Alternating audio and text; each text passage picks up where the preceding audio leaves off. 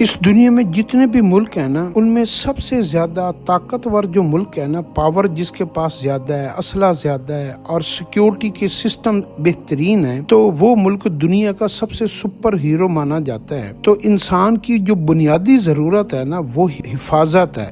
کہ وہ اس کی سیکیورٹی، اس کی حفاظت، جان مال عزت آبرو کی حفاظت ہو جائے۔ تو دوسرا، انسان کی جو حفاظت ہوتی ہے نا، وہ انسان کی تین حالتیں ہوتی ہیں، یا وہ دشمن ہمیشہ رات کے وقت حملہ کرتا ہے سوتے ہوئے، یا وہ کہیں کاموں میں مصروف ہو اور اس کو غافل کر کے حملہ کرتا ہے، یا اس کے اپنے ارد گرد کے حاسد لوگ اور اس کے دشمن اس کے اوپر حملہ کرتے ہیں۔ تو یہ انسان کو کن کن حالتوں میں اپنے آپ کو پروٹیکٹ کرنا چاہیے، اسلام نے اس کی تعلیم دی ہے۔ اور ایک دعا حدیث کے اندر آتی ہے، اگر آپ اپنی جان مال عزت آبرو ایمان اور جو نعمت بھی اللہ نے آپ کو دی ہے اس کی حفاظت چاہتے ہیں نا، تو آپ اس دعا کو ضرور پڑھا کریں۔ اللہم احفظنی بالاسلام قائما واحفظنی بالاسلام قاعدا واحفظنی بالاسلام راقدا ولا تشمت بی عدوا ولا حاسدا اللہم انی اسألک من کل خیر خزائنہ